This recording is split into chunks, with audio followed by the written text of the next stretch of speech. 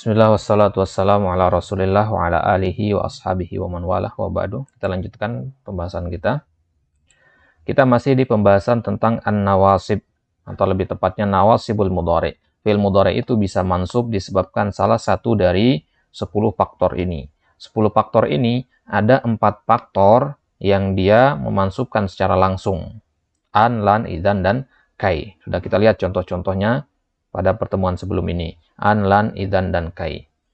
Ini empat nawasib yang sebenarnya. Kemudian sisanya itu adalah an-nawasib yang butuh kepada an al-mudmarah. Apa itu an al-mudmarah? An yang tersembunyi. Ya. Liyakunar rasulu syahidan alaikum. Sebenarnya kalimat ini berbunyi li'an yakunar rasulu syahidan alaikum. Dan contoh lamul juhud sudah kita lihat kemarin, makanallahu liyadhara al-mu'minin. Seharusnya kalimat ini berbunyi makanallahu li'an yadharal mu'minin. Ya. Kemudian hatta sekarang. Wa mithalun nasbi bi hatta qauluhu ta'ala hatta ya'tiya wa'dullahi. Ya, hatta itu artinya sampai atau tujuan, untuk menunjukkan akhir dari tujuan. Jadi ketika setelah hatta itu ada fi'il mudhari, ya. Setelah hatta itu bisa isim juga, ya. Ya, ini kita ngomong kalau setelah hatta itu ada fi'il mudhari. Maka fi'il mudhari itu harus berubah menjadi fathah atau mansub. Contohnya firman Allah hatta ya'tiya. Asal katanya di sini adalah ya'ti, pakai ya di akhirnya. Ya'ti, ya, sukun di akhirnya. Tapi ketika masuk hatta jadinya ya'tiya. Sampai tiba wa'dullah, janji Allah. Jadi ata ya'ti artinya tiba. Ya, sampai tiba janji Allah. Maka sebenarnya hatta ini dia tidak mampu memansubkan langsung fiil setelahnya, tapi dengan perantaraan. Jadi kalimat ini sebenarnya berbunyi hatta an ya'tiya wa'dullah. Hatta an ya'tiya wa'dullah.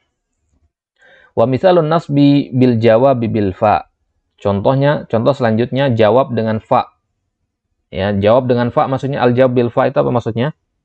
Yaitu ketika kita menjawab satu pertanyaan, ya, atau membuat kalimat baru, ya, kalimat pernyataan baru diawali dengan fa. Artinya maka, ya, fa itu artinya maka. Contohnya di firman Allah surat Al-Munafikun, laula akhartani ila ajalin qarib fa asaddaqa. Ya.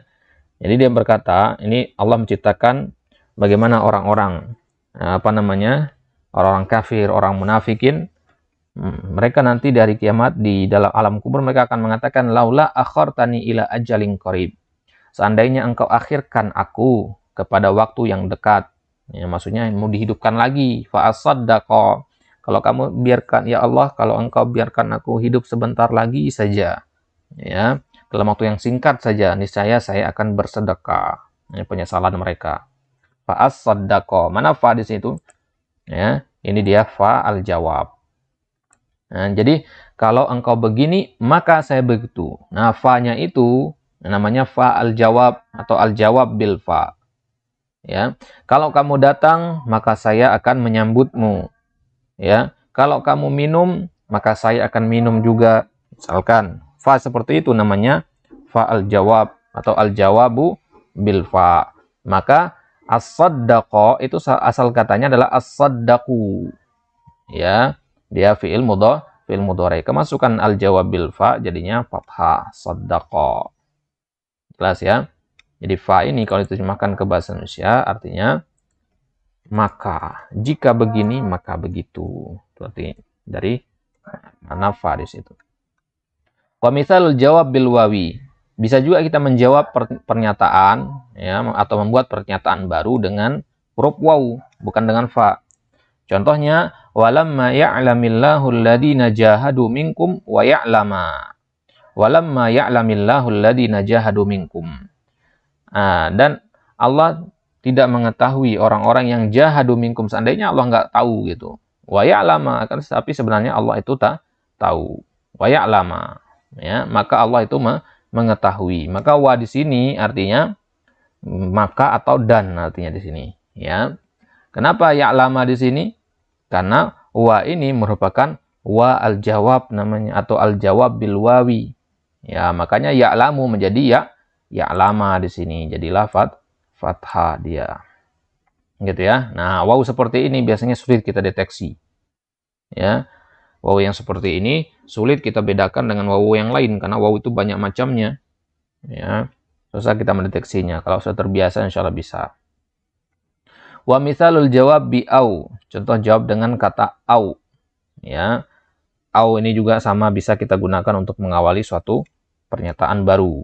Qaulus syair, perkataan seorang penyair, ya, yaitu Imrul Qais, ya, penulis dari salah satu dari 7 penyusun al-mu'allaqat, al-mu'allaqat as-sab'ah. Taib. Jadi Imrul Qais mengatakan faqultu lahu la tabki ainaka innama nuhawilu mulkan au namuta fanu'dzara. Ya, perhatikan di sini syahidnya mana? Syahidnya di kata namuta. Namuta ini merupakan awal kalimat baru, ya. Akhir dari kalimat sebelumnya faqultu lahu terus sampai sini ini kalimat pertama. Au namuta fanu'dzara itu kalimat yang kedua. Asal katanya adalah namutu. Kemasukan au al-jawab, ya. Au yang fungsinya adalah sebagai penjawab di sini, maka artinya, ya. Maka au di sini artinya maka. Bukannya au itu artinya atau. Memang kalau bukan dalam kondisi sebagai jawaban. Nah, yang kayak gini juga jarang kita temukan yang kayak gini, atau sedikit kita temukan kecuali di dalam syair-syair seperti ini. Jadi tidak masalah, tidak perlu kita perjelas di bagian yang ini. Cukup kita ketahui bahwasanya ternyata au itu bisa banyak maknanya. Ya, bisa banyak maknanya. Taib. Nah, ini akhir dari bab pembahasan nawasibul mudhari.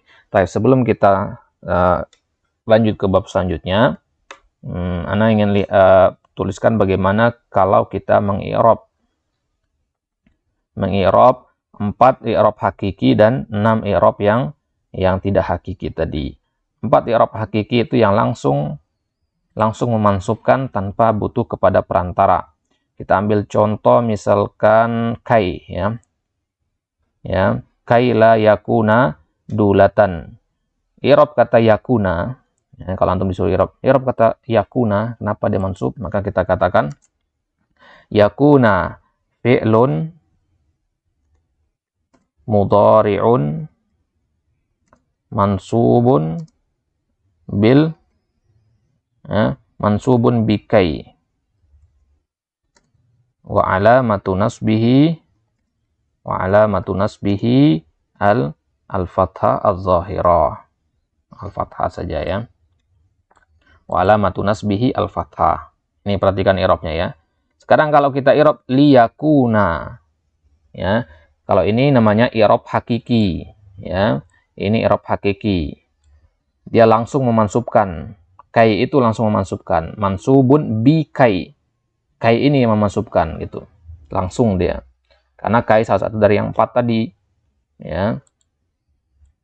Ya, jadi yang 4 ini dia yang hakikoh. Sisanya ke bawahnya tidak. Dia butuh kepada perantara. Baik, kita lihat bagaimana i'rabnya kalau yang butuh kepada perantara ini. Kita katakan misalkan liyakuna, i'rab kata yakuna di sini kita katakan fi'lun mudhari'un mansubun bi an al-mudmarah ba'da lami kai, ya. Wa alamatu nasbihi al-fathatu. Perhatikan bedanya di sini. Ya, ini i'rab yang pakai perantara, pakai an al-mudmarah. Ya, jadi fi'lun mudhari'un sama fi'lun mudhari'un, mansubun sama mansub. Nah, penyebab mansubnya yang beda. Kalau tadi mansub bi kai, kainya langsung yang memansubkan, ya. Kai yang langsung ini, ya. Kai ini langsung memansubkan yakuna. Kalau di sini li ini tidak langsung memansubkan, ya. Yang memansubkan adalah an al-mudmarah, an yang tersembunyi ba'da lam kai, setelah lam kai ini. Jadi setelah lam kai ini ada an sebenarnya, dan an ini tidak ditulis karena tidak penting, ya, tapi pengaruhnya ada, ya, dia ada sebenarnya walaupun tidak ditulis. Jadi liyakuna itu sebenarnya lian yakuna,